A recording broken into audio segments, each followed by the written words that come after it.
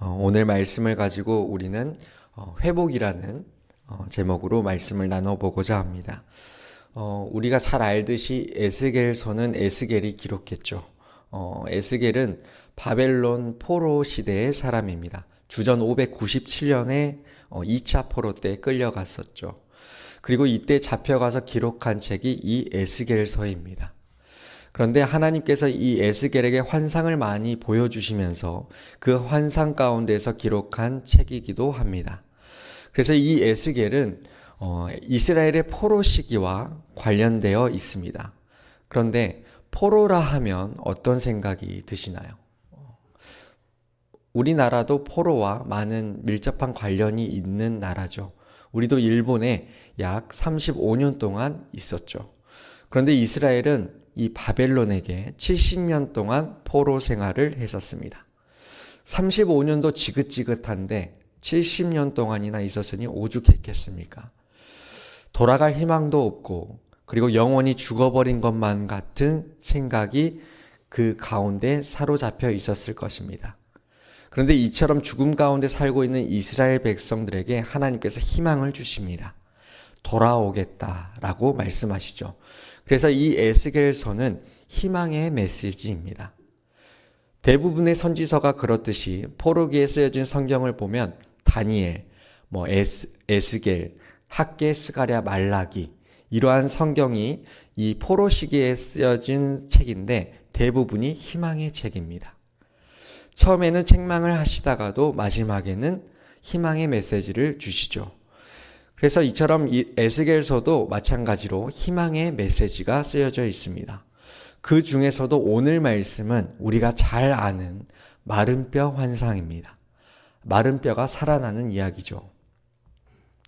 그런데 간혹 이 말씀에서 마른 뼈가 살아나는 것을 예수님이 오시면 우리가 이처럼 부활한다는 것으로 해석하는 사람들이 있습니다. 그런데 오늘 말씀은 우리의 부활에 대해서 말씀하는 것이 아니라 이스라엘의 회복에 대한 말씀입니다.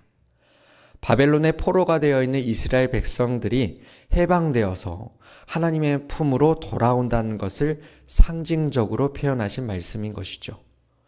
우리 11절을 다시 한번 봐볼까요? 상반절을 보게 되면 이렇게 기록되어 있습니다. 또 내게 이르시되 인자야 이 뼈들은 이스라엘 온 족속이라. 이 뼈들이 누구라고 말씀하시나요? 그렇죠. 이 뼈가 사람이 아니고 이스라엘 온 족속이라는 것입니다. 그래서 우리는 오늘 말씀을 이런 관점에서 읽어야 합니다. 예수님이 재림하셔서 우리가 부활할 때 우리의 신체가 이렇게 변화될 것이라는 것을 가르치기 위해서 이 말씀을 기록한 것이 아니라 이스라엘 사람들이 소망을 회복시키는데 이처럼 하실 것이라는 이것을 알려주시기 위해서 기록했다라는 겁니다. 그래서 1절을 보게 되면 에스겔이 영으로 이끌려간 곳이 산이 아니라 골짜기였습니다. 그것도 2절에 보게 되면 뼈가 심이 많고 그 뼈가 아주 말랐더라라고 설명하고 있습니다.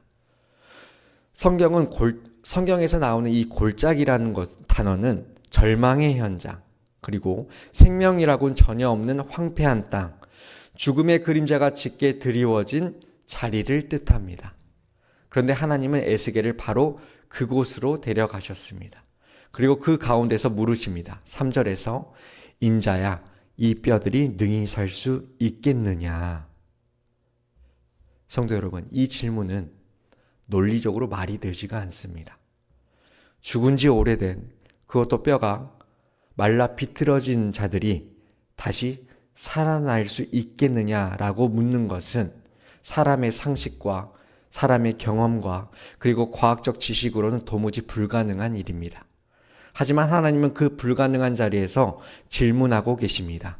인자야, 이 뼈들이 능히 살 수 있겠느냐? 성도 여러분, 이 질문은 단순히 에스겔의 생각을 확인하고자 묻는 것이 아닙니다. 하나님은 에스겔에게 지금 넌 무엇을 보고 있느냐가 아니라 너는 무엇을 믿고 있느냐라고 묻고 계신 것입니다. 불가능하다고 생각하는 자리에서 믿음의 반응을 보시려는 것이죠. 그곳은 뼈들이 널려 있었고 그 뼈마저 아주 말랐던 골짜기였습니다. 근데 그 골짜기가 바로 에스겔이 살던 시대의 영적 현실이었습니다. 이스라엘은 바벨론 포로로 끌려가서 절망의 끝에서 서 있었죠. 예배가 사라져 있었고 나라의 영광은 무너졌고 백성들의 신앙은 흔적조차 남지 않았습니다. 그래서 11절에서 우리의 뼈들이 말랐고 우리의 소망이 없어졌으니 우리는 다 멸절되었다라는 말이 그들의 심정이었습니다. 성도 여러분, 그런데 하나님은 우리도 그런 골짜기 속으로 데려가십니다. 평탄한 길이 아니라 보이지 않는 길, 무너진 관계, 그리고 메마른 신앙의 현장 속으로 이끄십니다. 그리고 불가능해 보이는 그 상황 속에서 믿음의 가능성을 물어보십니다. 너는 이게 가능할 것 같으냐? 이때 우리의 사람의 눈으로는 아니요 하나님, 불가능해 보입니다. 택도 없을 것 같습니다. 말해야 마땅합니다. 하지만 에스겔은 달랐습니다. 에스겔은 자신의 판단을 내려놓고 고백합니다. 3절에서 하반절에 보게 되면 주 여호와여 주께서 아시나이다. 이 말은 주님이 아시고 나는 모르겠다라는 뜻이 아닙니다. 이 고백은 하나님만이 아실 수 있습니다 라는 고백입니다. 오히려 내 앞의 현실보다 하나님의 능력을 더 크게 인정한다는 뜻이죠. 성도 여러분, 이것이 믿음의 출발입니다. 내가 정해둔 한계선 그 위에 하나님이 하실 수 있다고 고백하는 그 자리, 거기가 회복의 첫 걸음이 되는 것입니다. 우리에게도 이러한 고백이 필요합니다. 내 미래는 막막하고 건강은 나빠져만 가고 가정은 무너지고 그리고 관계는 끊어진 그 골짜기 속에서 우리도 하나님 앞에서 이 질문을 받을 때가 있습니다. 이 문제가 해결될 수 있겠느냐? 이 아이가 다시 믿음으로 돌아올 수 있겠느냐? 이 무너진 가정이 다시 회복될 수 있겠느냐? 너의 그 식어버린 그 마음이 다시 불이 붙을 수 있겠느냐? 라고 물어보십니다. 그때 우리가 이렇게 대답할 수 있어야 합니다. 주님, 나는 할 수 없지만 주께서 하실 수 있습니다. 주께서 아시나이다. 이 믿음의 고백이 절망의 골짜기를 소망의 자리로 바꾸는 첫 번째 문이 됩니다. 새벽에 우리가 기도하는 이유가 바로 이것입니다. 하루를 시작하는 시간은 하나님께 맡기는 시간입니다. 나는 할 수 없는 일이지만 하나님이 아시기에, 주께서 하시기에 하나님의 주권을 인정하면서 겸손히 주님이 아십니다 라고 고백할 수 있어야 합니다. 내가 답을 내려 하지 않고 하나님의 뜻과 능력에 모두 맡기는 이 고백 위에서 하나님은 지금도 회복의 역사를 시작하십니다. 이것을 믿는 저와 여러분이 되시길 원합니다. 그리고 하나님은 에스겔의 이 고백을 들으신 후에 명령하십니다. 4절 말씀인데 우리 함께 4절 말씀을 읽어보겠습니다. 시작. 또 내게 이르시되 너는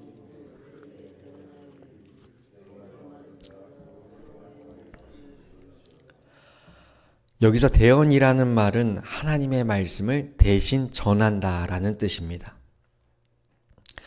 에스겔은 상황을 보고 또 현실을 먼저 진단한 것이 아니라 하나님의 말씀을 들은 그대로 선포했습니다. 그리고 하나님은 죽은 뼈들에게 5절에서 너희가 살아나리라 라고 말씀하셨습니다. 상식적으로는 말이 되지 않는 명령이었지만 에스겔은 그대로 순종했습니다. 보통 우리는 이렇게 살아있는 사람을 향해서 말씀을 전하죠. 그런데 하나님은 말라버린 뼈들을 향해서, 죽어버린 자들을 향해서 말씀을 전하라고 하십니다. 이 장면은 오늘날 죽어버린 영혼, 우리가 품고 있는 영혼, 무너진 공동체를 바라보는 우리에게도 동일하게 적용됩니다. 하나님은 우리의 눈으로는 죽은 듯 보이는 그 곳에도 하나님의 말씀이 들어가야 한다라고 말씀하고 계십니다. 그래서 에스겔은 하나님의 말씀을 따라서 대언합니다. 그러자 그때 어떤 일이 벌어집니까?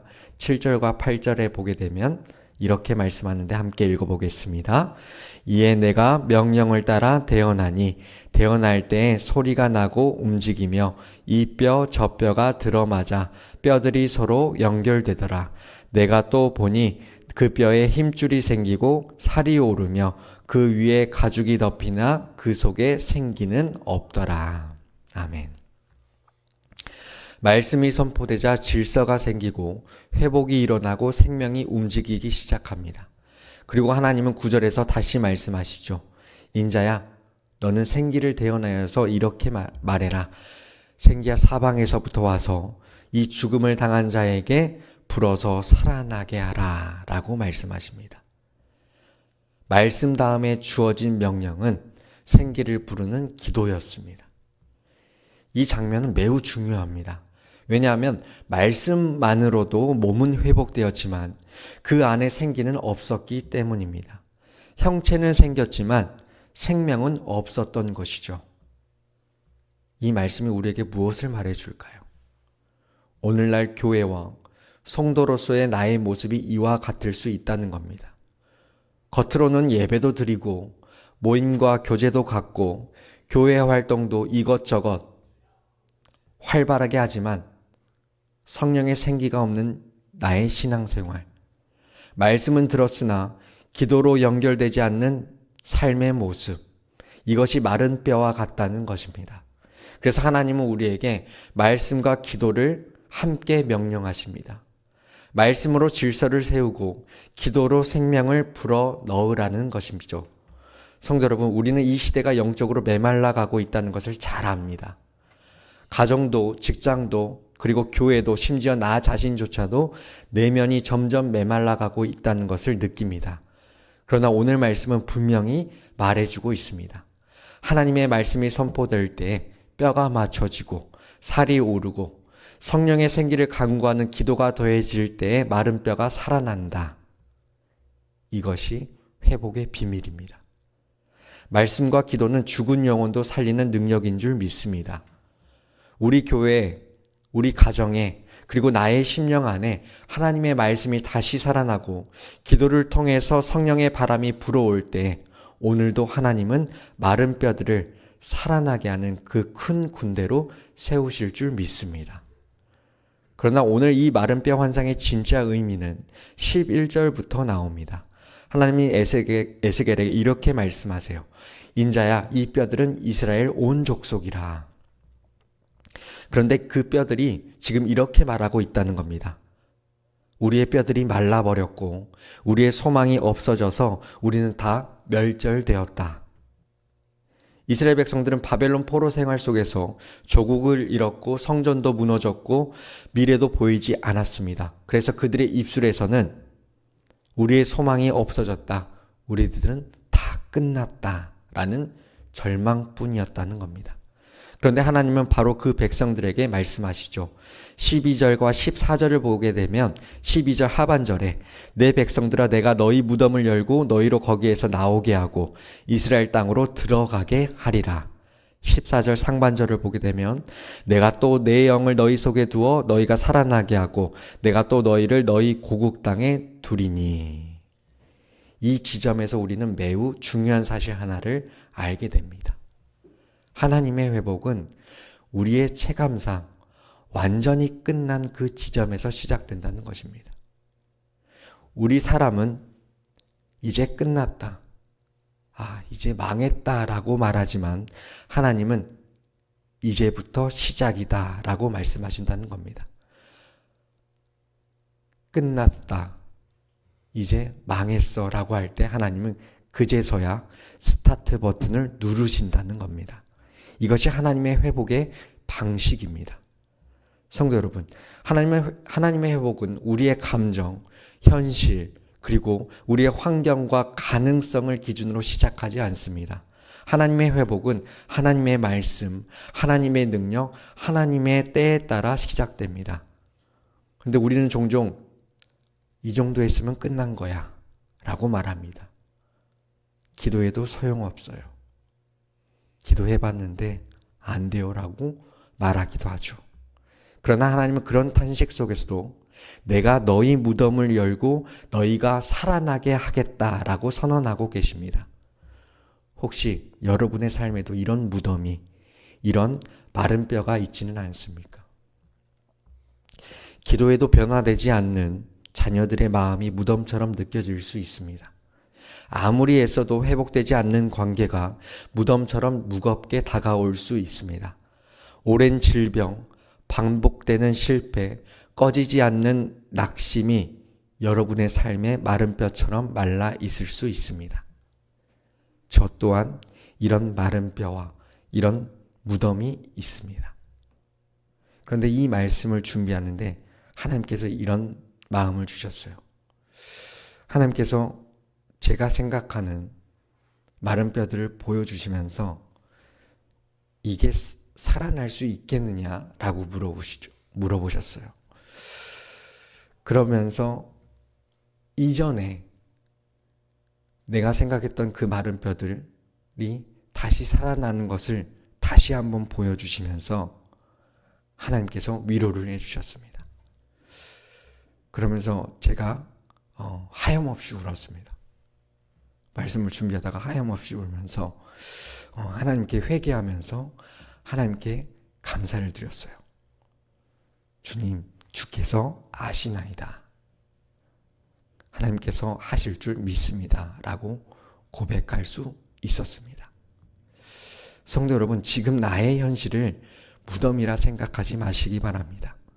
내 백성들아, 내가 너희 무덤을 열겠다라고 말씀하신 것처럼 우리가 믿는 하나님은 그 무덤의 문을 여시는 분이십니다. 지금의 낙심과 절망을 끝으로 여기지 마시고 절망 이후에 소망을 창조하시는 그 하나님을 보시길 원합니다. 오늘도 하나님은 동일하게 말씀하십니다. 14절에서 나 여호와가 이 일을 말하고 이룬 줄을 너희가 알리라. 여호와의 말씀이니라. 그 마른 뼈들을 살아나게 하시면서 내가 여호와인 줄을 네가 알게끔 하기 위해서 내가 이 마른 뼈들을 보여주신 것이다 라는 말씀이시죠. 이 말씀은 우리에게 참된 확신을 주는 말씀입니다. 하나님은 말씀하시고 그리고 그 말씀하신 그대로 반드시 이루시는 하나님이십니다. 우리의 믿음, 우리의 회복은 이 말씀을 붙드는 데에서 시작됩니다. 그래서 우리가 오늘 이 말씀 앞에서 다시 서기를 원합니다. 더 이상 기도할 힘조차 없는 낙심된 마음과 다시 시도해도 안 될 것만 같은 그 마른 뼈 앞에서 하나님께서 네가 보고 있는 이 마른 뼈가 다시 살아나겠느냐라고 물으실 때에 주님, 저는 할 수 없지만 하나님은 하실 수 있습니다. 라고 고백하는 자들이 되길 원합니다. 우리의 마른 뼈들이 하나님의 말씀으로 살아나고 성령으로 완성되어지길 소망합니다. 그래서 오늘도 성도님들의 가정 위에, 직장과 일터 위에, 병상에 있는 가족들 위에, 자녀들 위에, 앞날의 나의 미래 위에 이 회복의 말씀이 생기의 바람처럼 불어오기를 주님의 이름으로 축원드립니다.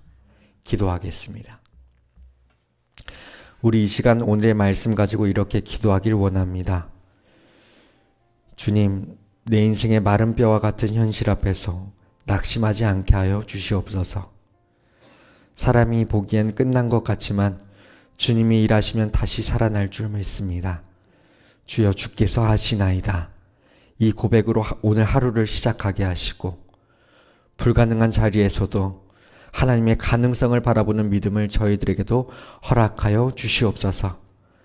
그리하여서 하나님의 말씀과 기도로 내 안에서 다시 질서를 세우게 하시고 오늘 나를 통하여서 주님의 생기가 흘러가게 하시고 가정과 직장과 교회와 내 삶 구석구석 가운데 회복의 바람이 생기의 바람처럼 불게 해달라고 오늘 우리 함께 합심하여 기도한 후에 개인 기도하시고 돌아가겠습니다. 주님의 이름 한번 부르짖고 기도합니다. 주여, 주님, 내 인생의 골짜기에서 절망하지 않게 하여 주시옵소서. 주님, 눈앞의 현실이 아무리 메말라 보여도 주님의 말씀 한마디면 살아나는 줄 믿습니다. 오늘도 주께서 이 뼈들이 능히 살 수